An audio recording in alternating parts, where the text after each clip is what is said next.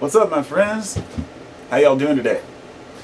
Well, I hope you can take me seriously wearing this thing, because I am serious, but I'm not too serious. I take life as it comes. I generally am a very patient person. I consider myself to be a tolerant person.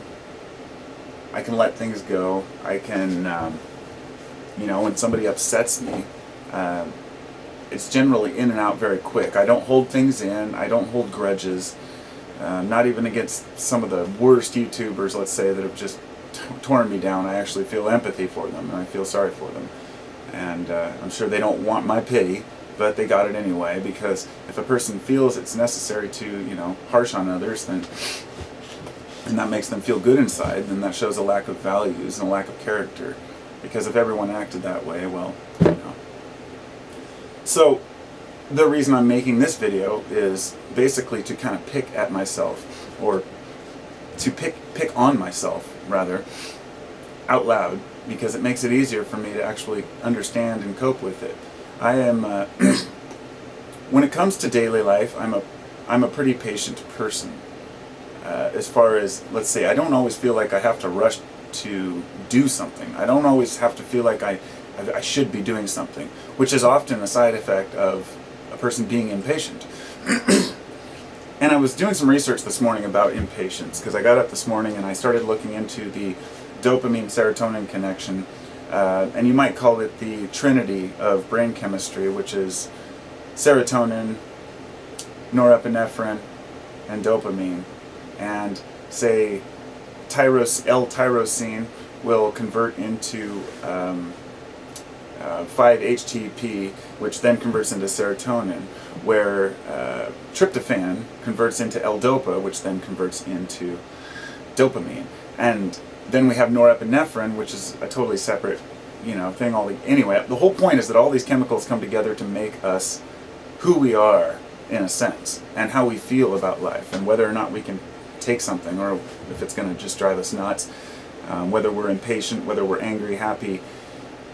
And I've always played with these brain chemicals, obviously, since I've been using psychedelics since I was younger, although back then I wasn't aware of what I was actually doing. I just knew that it made me feel more than just good, but complete. See, there's a huge difference between shooting up heroin and getting a dopamine rush from, let's say, taking a psychedelic where, sure, it's serotonergic. Why do I never get that one right. Basically, LSD, psilocybin, that they're similar to the structure of serotonin. So they bind to those receptors, so it would appear that they're just creating a different reality, but it's something completely different. There's more to it than that. The frontal cortex shuts down, new connections are made that aren't usually made in the brain. So, I'm not going to get into psychedelics, and that's not the discussion I'm having here, but rather I've seen many different facets of how the brain can feel, how the body can feel, and to be honest, I understand that being overly elated for any period of time is going to have a come down. And this is why I don't use drugs like cocaine, amphetamines, or heroin, because they trigger massive depletions of brain chemicals, which are very difficult to get back to normal. So, on to the impatience. If you're an impatient person, you might understand this, and I was hoping that this would be kind of a point that I could try to make. I wanted to look up the connection between impatience and dopamine or serotonin, because I assumed if one of these compounds was depleted, then we might feel impatient. And sure enough, of course, serotonin came up. But one of the other side effects of that is, besides serotonin causing a person to become impatient, that impatience also comes with, well, put it this way, I'm the kind of person who has this attitude of when I'm doing something, I just go, go, go. And I'll jump right into something else. I'll go from job to job to job. If I have something to do, I'm go, go, go. But I don't feel like I should be doing something just because I'm not doing something. I mean, to a degree, but in other words, I'm not a workaholic. But when I am working, I have a damn good work ethic and bust my ass. And I tend to become impatient with people who want to help. And it said that was one of the side effects of this type of impatience is you figure people either better help or get the fuck out of the way. And that's exactly how it said it. I mean, and I'm always that way. When I'm doing something and people want to help, they want to hold something. I mean, everybody wants to help when you see somebody. And I'm a carpenter, so I'm building, putting up a microwave the other day, things like that. And you want to do it yourself. Not because you don't want help, but just because you want it. You've got your mind in this frantic mode of work. And I become impatient with certain things. See, I don't get angry. But of course, if I hurt myself or do something wrong, it's fuck, shit. But it's instantly over. And as a side note, they've actually done studies to find that when a person curses when they get hurt, it actually diminishes the pain. It's a scientific fact. It has something to do with that release that allows your brain to recognize that, you have pain. But saying fuck, fuck, fuck will actually lower your pain for some reason. It's an interesting thing. But back to impatience. You might sense it in me if you spend any time with me that I seem to be a little bit, I'm intense. And very few people will tell you that. If you're an intense person, people just cope with it. But of course your mom will always be honest with you, and my mom has always been quick to tell me I'm intense. And so for a while I worked on it to try to lessen that intensity. For a couple of years, I was seeking this Zen state where I could always be relaxed, calm, collected, soft-spoken, and be able to contemplate everything before I say it and make sure that what I do say really matters. But I'm just not patient enough for that. So this is kind of a long video to talk about patience, but I'm sure a lot of you understand this. What triggered this was when I was driving to the post office to drop off some packages today, and I was coming back. I decided I'd stop by Goodwill. Went in there, shopped around a little bit, and as I was leaving, I was behind some lady coming up towards the traffic light. Now we're a couple hundred feet away from the traffic light, and it starts to turn yellow. And I got frustrated with her. Now, this isn't anything, just her. This happens all the time when I'm driving. I didn't honk or yell or anything like that. I was like, oh, God, you should have just sped up and made the light. And I can sit there and tell myself, hey, you're not going anywhere in a hurry. There's no reason to get anywhere. Carpo, are you ever late to anything? I mean, I'm always the guy who tries to get to places early if I have an appointment, but I never have appointments. It was the same way when I went to work, and it was the same way when I would come home from work. I was always in a rush to get through traffic.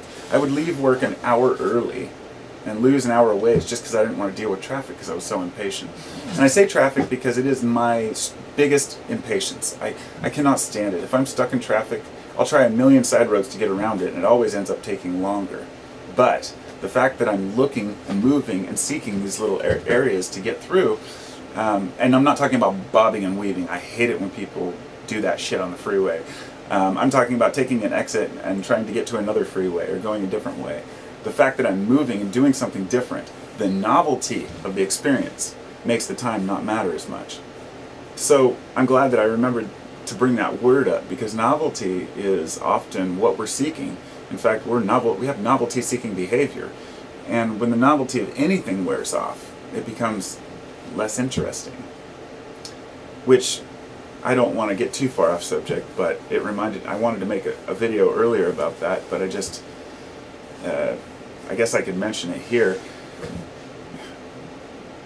Well, fuck it. I don't want to get too far off subject. I want to stick to the point, which is just impatience. So I'm seeking where I'm impatient and why I'm impatient. And all the side effects say that impatient people tend to be angry. They tend to be, frustrated in life. And I'm not like that. So it's almost as if patience is a lingering effect of the old self that I had, that I'm still trying to rid myself of. Now, there is one cure for this impatience that I've found, and it's Valium. Benzodiazepines, diazepam itself, is generally considered to be one of the safer anxiolytics, and people have, it has a tested history. There's a reason why they call it Mother's Little Helper, because Valium is something that will allow any parent who's frustrated to relax around their children and to relax around the stressful thing we call life. And I loved it, but I also knew that it put me out of my normal state of mind. I said, if I'm taking a drug that's relaxing me, then what am I inhibiting? What am I holding back from myself? It seems that a byproduct of removing anxiety can often be removing emotions as well. Since they're so strongly intertwined, anxiety and emotions, ideas and beliefs, there's really, it's a brave new world, neuroscience is, to understand how these things work. And a lot of folks think that people have brain chemistry figured out, or that science has figured it out. They haven't. They've discovered that dopamine isn't just for rewards, it's also something that is for negative experiences as well. Dopamine rush during a negative experience it's kind of like our brain programming messenger, if you will. Very difficult to understand how all of these compounds interact together. And the reason why I'm talking about brain chemicals with this impatience thing is because I'm under the impression that if we eat the proper foods, then and we have not just the food, but we have to have the proper brain food too.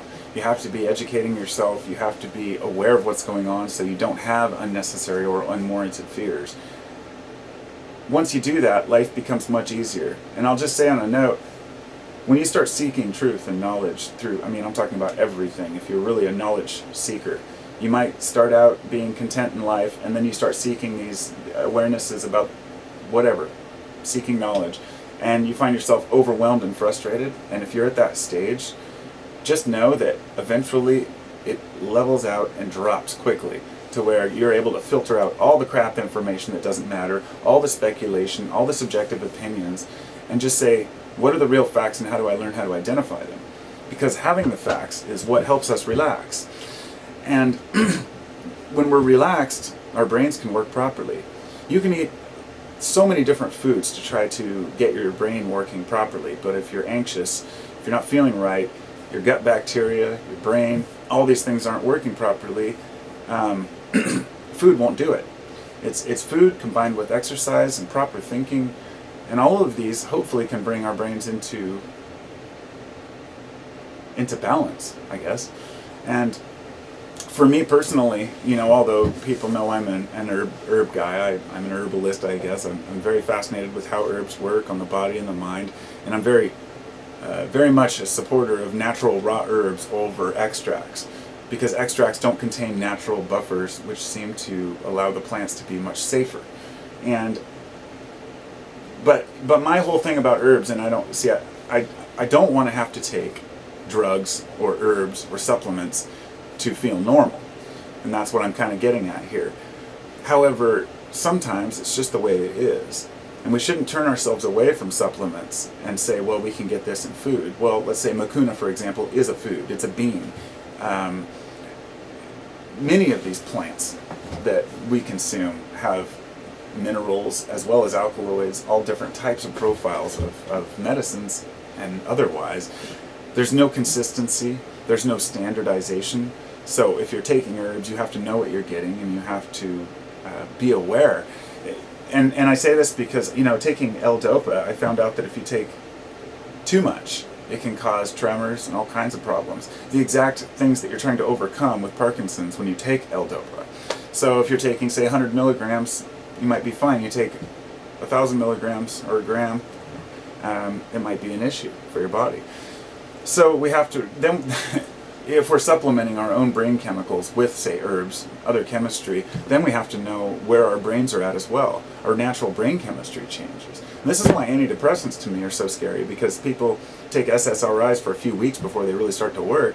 The fact is, your brain usually can work through its problems in that amount of time. So here you are taking an SSRI, which is, could be damaging, and you may be taking an MAOI as well, monoamine oxidase inhibitor, which basically prevents amines from oxidizing certain compounds and, say, makes DMT orally active. For example, if you were to take a whole lot of mucuna with harmala seeds, which are an MAOI, you may very well have a light psychedelic experience. It's probably not likely, but mucuna does contain, I believe, bufotenine, which is the same as in frogs, and 5-MeO-DMT, contains a few psychedelic compounds, DMT namely, but many plants do.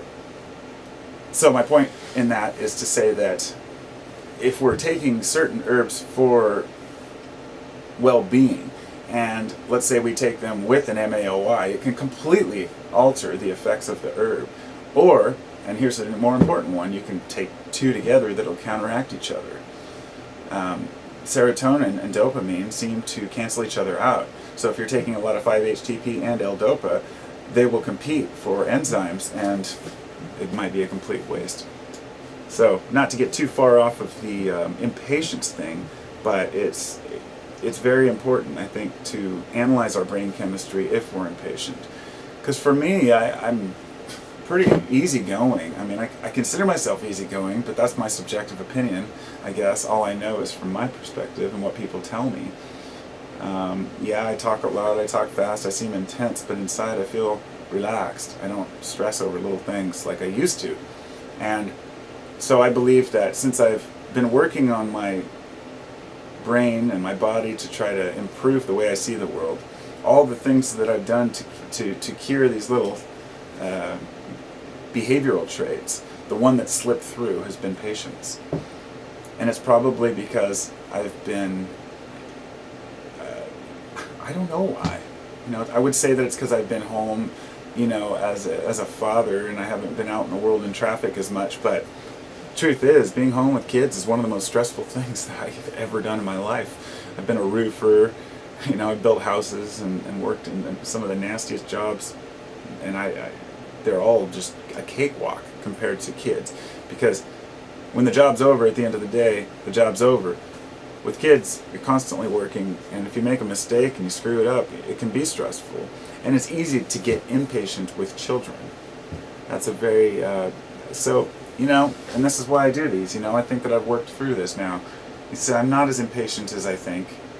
I'm actually very patient, considering I have kids throwing stuff at each other and screaming and hitting and demanding and crying. So I can be very patient with that. But when it comes to something as simple as sitting at a traffic light, I just can't do it. So now that I come to think of it, perhaps I have patience for the things that I know are important to be patient with because of the long-term consequences if I'm impatient. But when it's something like just getting home, there's nothing to gain from waiting longer or taking more time when I'm on the road. So if I feel like my time is being wasted by something that's not beneficial, I don't know. Those are my thoughts on impatience. I guess that's all I got.